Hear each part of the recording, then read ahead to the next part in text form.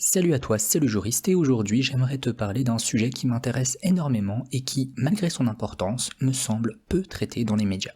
Il s'agit de l'utilisation des données de connexion par les services de renseignement pour opérer une surveillance de masse de la population. Ce sujet fait l'objet d'une véritable lutte entre la Cour de justice de l'Union européenne et certains États membres, dont la France. Nous y reviendrons. Avant de t'expliquer ce que sont les données de connexion, quelques petites précisions. Ce sujet est complexe. Par conséquent, j'ai décidé de le traiter en 3 vidéos. La première, celle-ci, portera sur la place des données de connexion dans le droit du renseignement. Il s'agira de comprendre en quoi les données de connexion s'intègrent dans le processus de légalisation des activités de renseignement en œuvre en France depuis la fin du siècle dernier. La deuxième vidéo visera à présenter la réglementation sur la protection des données personnelles. Je te parlerai de la loi informatique et liberté et du RGPD, et de faire un focus sur les règles entourant le traitement des données de connexion. La troisième vidéo visera à expliquer comment la Cour de justice a pu contraindre la France à réformer son droit, ainsi que les points de tension qui subsistent. Abonne-toi et active la cloche pour ne rien rater. La première vidéo porte donc sur la place des données de connexion dans le droit du renseignement. L'expression « droit du renseignement » doit te sembler étrange. En effet, les services de renseignement agissent par définition dans le secret et en dehors du droit. Comment peut-il être pertinent de parler de droit du renseignement ? Le législateur a en effet décidé d'encadrer certaines activités de renseignement, et cela dès 1991 en matière d'interception des communications téléphoniques. Il y a 3 raisons. La première justification, c'est le renforcement de l'état de droit. Il s'agirait de soumettre à la rigueur de la loi ce qui relevait traditionnellement de la raison d'État. Deuxième justification, celle du risque pénal encouru par les agents des services de renseignement. Comme je le disais, ces agents agissent en principe en dehors de tout cadre légal. Dès lors, les infractions commises dans le cadre de leurs fonctions peuvent conduire à la mise en jeu de leur responsabilité pénale personnelle. Jean-Jacques Urvoas, ancien garde des Sceaux, a co-rédigé un rapport en 2013 sur, je cite, « l'évaluation du cadre juridique applicable aux services de renseignement ». À cette époque-là, il n'était que député. Voici ce qu'il y dit. Je cite plusieurs passages distincts. Plusieurs agents sont actuellement mis en examen pour des infractions commises dans le cadre de leurs fonctions. Pour autant, aucun agent d'un service de renseignement n'a heureusement encore été condamné en France pour des actes commis dans l'exercice de ses fonctions. Mais la judiciarisation croissante de la société, associée à la constitution de partie civile qui fait obstacle au classement de l'affaire par le procureur de la République, ne peut que conduire à un risque accru de mise en jeu de la responsabilité pénale des personnels. De plus en plus prégnant chez les agents, le sentiment de n'être pas suffisamment protégé sur le plan juridique semble également résulter de l'intérêt croissant porté par les magistrats et les médias au monde du renseignement. Fin de citation. Enfin, troisième raison, les moyens de preuve obtenus illégalement ne sont pas acceptés par les juges. La solution a donc consisté à rendre légales les conditions d'obtention de ces preuves. L'idée ici est de faciliter le travail de l'accusation. Comme je le disais, cette légalisation a d'abord porté sur l'interception des conversations téléphoniques. Une loi de 2006 relative à la lutte contre le terrorisme a constitué la deuxième étape de ce processus de légalisation. Cette loi portait sur la conservation et la collecte des données de connexion. On en vient aux faits. Quelles sont donc ces données de connexion ? Il s'agit de traces numériques générées par l'utilisation d'appareils de communication électronique. Concrètement, ce sont les appels téléphoniques, l'envoi de SMS et la consultation de sites internet. Il existe 3 catégories de données de connexion. Les données d'identification. Elles comprennent notamment l'identité du souscripteur de l'abonnement et son adresse IP. Deuxième type de données, ce sont les données relatives au trafic. Pour un téléphone, ce sera par exemple la date, l'horaire et le destinataire d'un appel ou de l'envoi d'un message et la durée des appels. Troisième catégorie, les données de localisation. Elles permettent de connaître la zone d'émission et la zone de réception d'une communication. Vous l'avez peut-être remarqué, mais ces données ne comportent pas le contenu des échanges. Autrement dit, le message que tu envoies et ce que tu racontes au téléphone n'est pas compris dans la définition des données de connexion. Cela ne signifie pas que le contenu de tes conversations ne peut être écouté. Cela signifie seulement que le régime juridique encadrant ces écoutes n'est pas celui qui nous intéresse ici. En réalité, il existe une conscience générale que nous sommes susceptibles d'être écoutés. Cette conscience conduit les auteurs d'infractions à ne jamais dévoiler d'éléments de preuve au téléphone, d'où leur moindre utilisation par les services de renseignement. À partir de ces données, diverses techniques sont utilisées par les services de renseignement. Il s'agit schématiquement de l'accès aux données de connexion d'une personne en temps différé, c'est l'article L851-1 du Code de la sécurité intérieure, le CSI. L'accès à ces données en temps réel, c'est l'article L851-2. La géolocalisation, c'est l'article L851-4 et l'article L851-5. Et enfin, la mise en place d'un algorithme traitant l'intégralité des données de connexion générées en France afin de détecter des signaux faibles de menaces terroristes. C'est l'article L851-3. Nous reviendrons en détail sur cette technique plus tard. Maintenant que le décor est planté, je te propose de t'intéresser à deux questions. Pourquoi nos données de connexion sont susceptibles d'être traitées? Et existe-t-il des garants susceptibles de prévenir tout abus dans leur utilisation? Voyons donc la procédure, puis les organes de contrôle. La procédure tout d'abord. Plusieurs détails techniques d'importance ont évolué suite à la jurisprudence de la Cour de justice. Nous reviendrons sur ces évolutions dans notre troisième vidéo.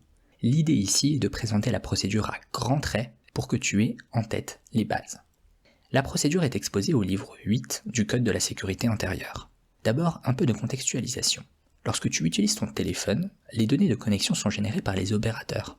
Orange, Bouygues, etc. Ce sont donc les opérateurs qui vont stocker ces données et les conserver pour une durée variable en fonction de divers critères.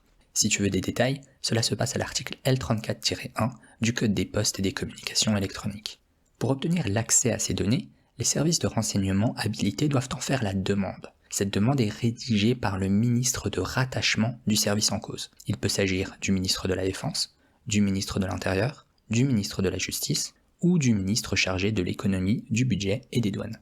Ce sont donc les ministres qui sont à l'initiative des demandes d'accès. Ce ministre, ou une personne habilitée par lui, rédige une demande écrite et motivée comprenant plusieurs mentions obligatoires. Tu les trouveras si ça t'intéresse à l'article L821-2 du CSI. Cette demande est ensuite transmise à une autorité administrative indépendante, la CNCTR, pour Commission nationale de contrôle des techniques de renseignement. Cette commission délivre un avis, qui est ensuite transmis au Premier ministre. C'est ce dernier qui donnera ensuite son autorisation ou non.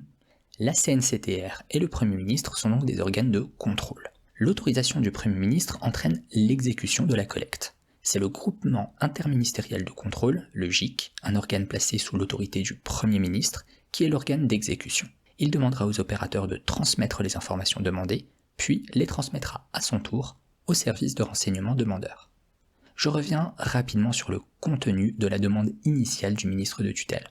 Cette demande doit avoir pour objet la défense ou la promotion de l'un des intérêts fondamentaux de la nation énumérés à l'article L811-3 du CSI. Sont notamment visés la prévention du terrorisme, qui constitue la majorité des demandes, l'espionnage et le contre-espionnage, notamment économique et industriel, la prévention de certains crimes et délits graves, mais aussi, et c'est plus surprenant, les atteintes à la forme républicaine des institutions. Est-ce à dire que les milieux monarchistes français font l'objet d'une telle surveillance? Et si oui, on peut s'interroger sur la pertinence de cette surveillance lorsque l'on connaît la faiblesse de leurs moyens et de leur soutien. J'attends vos avis dans les commentaires, ça m'intéresse beaucoup et j'en viens aux organes de contrôle mis en place pour encadrer ces pratiques. On va se concentrer sur 4 contrôleurs. Le Conseil d'État, la délégation parlementaire au renseignement, la CNCTR et enfin la Cour de justice de l'Union européenne. Commençons par le Conseil d'État. Tu as dû remarquer une absence dans la procédure que je viens de présenter, celle d'un juge. En effet, à aucun moment un juge n'est contraint d'intervenir dans cette procédure a priori. Il ne peut intervenir qu'a posteriori et à certaines conditions. Pour t'expliquer cela, il faut en revenir à la distinction entre police administrative et police judiciaire. La police administrative a pour mission de prévenir les atteintes à l'ordre public ou à y mettre fin. La police judiciaire, elle, a un objet répressif. Elle vise à constater les infractions qui se sont donc déjà réalisées, à en rassembler les preuves et à rechercher ou à poursuivre leurs auteurs. La police judiciaire s'exerce par des fonctionnaires de police sous l'autorité et le contrôle d'un magistrat de l'ordre judiciaire. En fonction de la gravité de l'infraction, ce sera le procureur de la République ou un juge d'instruction. La police administrative, quant à elle, ne conduit à l'intervention du juge administratif qu'en cas de recours. Autrement dit, il faut que l'opération de police administrative fasse grief à un particulier pour que celui-ci puisse saisir le juge administratif d'une demande d'indemnisation ou d'annulation de l'acte qui lui fait grief. Qu'en est-il de la collecte des données de connexion aux fins de prévention du terrorisme? S'agit-il d'une opération de police administrative ou judiciaire? On pourrait croire que s'agissant de la prévention d'un trouble à l'ordre public, cette collecte doit automatiquement relever de la police administrative. Cependant, il existe des infractions qui incriminent les actes préparatoires à la commission d'une autre infraction. Ainsi, par exemple, les articles 421-2-1 et suivants du Code pénal incriminent divers actes préparatoires à un acte de terrorisme. Les investigations portant sur ces actes pourraient donc parfaitement relever de la police judiciaire et être accomplies sous l'autorité et le contrôle d'un juge judiciaire. Comme vous l'avez deviné, ce n'est cependant pas l'interprétation qui a été retenue par notre droit. Il est en effet considéré que la consultation des données de connexion relève de la police administrative, car c'est le Premier ministre qui est le signataire de la décision d'autorisation. Et les décisions du Premier ministre sont susceptibles de recours devant le Conseil d'État. Mais comment exercer un recours contre une mesure de surveillance prise à notre encontre, puisque cette mesure est secrète? Eh bien, c'est là une des fonctions de la CNCTR. En effet, en matière de données de connexion, le Conseil d'État peut notamment être saisi par le CNCTR si le Premier ministre ne suit pas un de ses avis ou l'une de ses recommandations. Il est parfois saisi automatiquement, mais nous y reviendrons. La formation de jugement est une formation spécialisée, régie par les articles L773-1 et suivants du Code de justice administratif. Cette formation peut notamment ordonner le huis clos lorsqu'est en cause le secret de la défense nationale. Et elle semble user régulièrement de ce pouvoir car je ne suis pas parvenu à trouver de jurisprudence du Conseil d'État suite à une saisine de la CNCTR. Du coup, difficile de se faire un avis sur la pertinence de son action pour la protection de notre vie privée contre les intrusions intempestives de l'État. Deuxième organe, la délégation parlementaire au renseignement.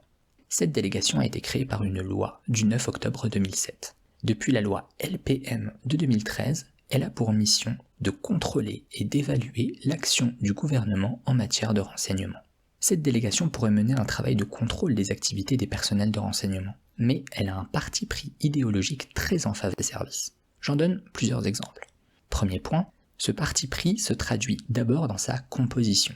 L'actuelle délégation est composée quasi exclusivement de parlementaires de la majorité, des Républicains ou du Rassemblement national, tous des partis en faveur d'un État fort. L'intégration dans cette délégation de partis d'opposition moins favorables aux services de renseignement rendrait cette délégation plus à même de réaliser un véritable travail critique. Deuxième élément, la délégation a parfois tendance à plutôt aller dans le sens d'une restriction accrue de notre droit à une vie personnelle. Ainsi, dans son dernier rapport publié, celui de 2021, la délégation considère que la jurisprudence de la Cour de justice de l'Union européenne semble atteindre les limites du contrôle possible sans remettre en cause les compétences régaliennes de l'État. Page 51. Et plus loin, elle demande au gouvernement, je cite, de faire évoluer le droit européen vers une meilleure prise en compte des enjeux liés à la protection des intérêts fondamentaux de la nation. C'est la page 57. Alors que, comme nous le verrons, la Cour de justice a été à l'origine de profondes avancées dans la prise en considération du respect du droit à la vie privée par les services de renseignement, et cela sans remettre en cause l'efficacité de leur action. Pour donner quelques autres exemples, issus de son rapport pour 2019-2020, elle recommande notamment d'augmenter la durée de conservation des données par les services, ce sont les recommandations 10 et 24, et encore d'étendre le champ d'application de la géolocalisation en temps réel aux proches des personnes surveillées, sans naturellement définir le concept de proche. C'est la recommandation numéro 11. Troisième point, le mimétisme. Faute d'avoir accès au contenu des décisions de la CNCTR, elle reprend parfois mot à mot certaines observations de la commission sans les discuter. Ainsi, page 52 de son rapport 2021, la délégation note que la commission rend de moins en moins d'avis négatifs lorsqu'elle est saisie d'une demande d'accès aux données de connexion. Et cette baisse serait le reflet d'une maîtrise accrue par les services de renseignement du cadre légal. Cette même observation se retrouve dans le dernier rapport de la CNCTR. Or, cette baisse du taux de refus peut également être le reflet de la baisse d'exigence de la commission. Je n'affirme pas que c'est le cas, je note simplement que rien, à part la parole des personnes concernées, ne permet de déterminer laquelle de ces deux hypothèses est la bonne, au regard du secret entourant les procédures en cause. Et cela constitue en soi un problème. Dernier exemple, lorsque la délégation formule des recommandations qui vont dans le sens d'une meilleure protection de nos droits, mais que le gouvernement ne la suit pas, eh bien la délégation ne va pas s'opposer au gouvernement. Cela a notamment été le cas lorsque, dans son rapport de 2020, elle a émis une recommandation concernant l'utilisation d'algorithmes. Ce dispositif avait été mis en place par la loi Renseignement de 2015 à titre expérimental, et il ne pouvait alors porter que sur des données de connexion, à l'exclusion donc de toute donnée portant sur le contenu des communications électroniques. En 2020, le gouvernement a envisagé de proroger ou de pérenniser cette technique et d'y intégrer les URL par lesquelles nous transitons. Or, ces URL permettent d'avoir des informations sur le contenu de notre navigation Internet. Par conséquent, la recommandation numéro 6 du rapport 2020 de la délégation visait à proroger à titre expérimental la technique de l'algorithme et de n'envisager son extension aux URL que, je cite, sous réserve d'un renforcement conséquent des garanties entourant la mesure et de la mise en place d'un contrôle parlementaire renforcé. Eh bien, la loi PATRE de 2021 a pérennisé définitivement l'utilisation de cette technique, elle l'a étendue aux URL, et si des garanties ont effectivement été mises en place, notamment sur la durée de conservation, le seul renforcement du contrôle parlementaire résulte d'un rapport que le gouvernement devra remettre au Parlement avant le 31 juillet 2024. Naturellement, le contenu de ce rapport n'est pas précisé. Ensuite, le rapport 2021 de la délégation fait une éloge de la loi PATRE, sans faire mention de la réforme de la technique de l'algorithme. Pour conclure, cette délégation est au mieux inutile, au pire nocive. Organe de contrôle suivant, la CNCTR. Il est très ardu de se faire un avis sur son action au regard du secret entourant sa décision. Si les rapports annuels qu'elle publie sur son site sont riches d'informations, on peut néanmoins douter de leur objectivité. Ainsi, dans son rapport 2015-2016, elle détaille le contenu de son contrôle. Celui-ci se fait en 2 temps. Dans un premier temps, un contrôle de légalité externe vérifie que le formalisme de la demande a été respecté. Puis, dans un second temps, elle contrôle notamment le contenu de la motivation, son caractère suffisant, la proportionnalité des atteintes à la vie privée au regard des motifs invoqués, et enfin l'absence d'alternative, mais seulement pour les techniques les plus intrusives. Faute de jurisprudence circonstanciée, il est impossible de se faire un avis sur la qualité de son contrôle. On comprend certes la nécessité d'assurer la confidentialité des activités des services de renseignement, mais il serait rassurant de disposer d'un organe de contrôle pour qui les atteintes à notre vie privée ne devraient être réalisées que, pour reprendre le mot de Montesquieu, d'une main tremblante. Dernier organe de contrôle, la Cour de justice de l'Union européenne. Que vient faire ici l'Union européenne ? Eh bien, l'article L34-1 du CPCE dont je vous parlais tout à l'heure n'est en fait que la transposition en droit français de la directive dite Vie privée et communication électronique du 12 juillet 2002. C'est pourquoi la Cour de justice est compétente pour contrôler la conformité des législations nationales aux droits de l'UE et notamment à sa charte des droits fondamentaux. C'est ainsi que la Cour de justice a été la seule institution à s'opposer à cette dérive sécuritaire menée par plusieurs États membres. S'en est suivi une bataille juridique qui est toujours en cours. Mais pour vous en parler, il vous faut également des bases sur le droit des données personnelles. Et ça, c'est dans la prochaine vidéo. Abonne-toi pour ne pas la rater, like pour me soutenir et donne-moi ton avis en commentaire, ça m'intéresse. C'était le juriste, à très bientôt, ciao.